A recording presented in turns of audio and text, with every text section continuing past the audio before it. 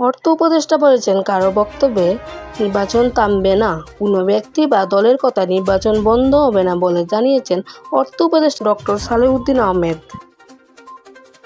বুধবার 13 আগস্ট জাতীয় পেনশন কর্তৃপক্ষের ইউ-পেনশন অ্যাপের উদ্বোধনী অনুষ্ঠানে তিনি একথা বলেন। উপদেষ্টা বলেন, আগামী জাতীয় নির্বাচন সুষ্ঠু ও সুন্দর করার লক্ষ্যে অর্থ মন্ত্রণালয় সব ধরনের সহায়তা করছে। আইন শৃঙ্খলা নিয়ন্ত্রণে রাখতে স্বরাষ্ট্র মন্ত্রণালয়কে সব ধরনের লজিস্টিক সহায়তা দেওয়া হচ্ছে। কোনো ব্যক্তি বা দলের কেউ বললেই নির্বাচন বন্ধ হয়ে যাবে না জানিয়ে তিনি আরও বলেন, আগামী নির্বাচন অবশ্যই সুষ্ঠু হবে। আগামী নির্বাচনে কালো টাকার ব্যবহার বন্ধে ব্যবস্থা নেবে অর্থ মন্ত্রণালয়, তবে এটা নির্ভর করবে রাজনীতিবিদদের ওপর।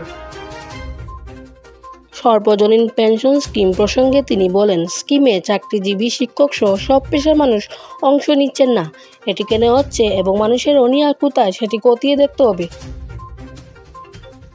স্কিমে কোনো ভুল বা ত্রুটি থাকলে তা সংশোধনের ব্যবস্থা নেওয়া হবে জানিয়ে তিনি আরও বলেন, সরকারি কর্মচারী ও শিক্ষকদের সর্বজনীন পেনশন স্কিমের আওতায় আনার বিষয়টি গুরুত্ব দিয়ে দেখা হবে।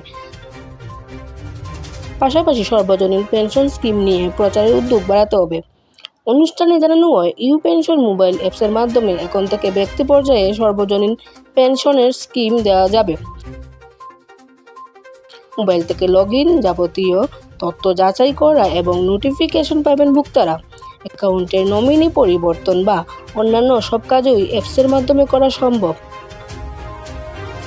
সর্বজনীন পেনশন দেশের একটি রাষ্ট্রীয় অবসর ভাতা ব্যবস্থা, যা দেশের সকল নাগরিকদের জন্য টেকসই সামাজিক নিরাপত্তা নিশ্চিত করার লক্ষ্যে চালু করা হয়েছে বলে জানানো হয়।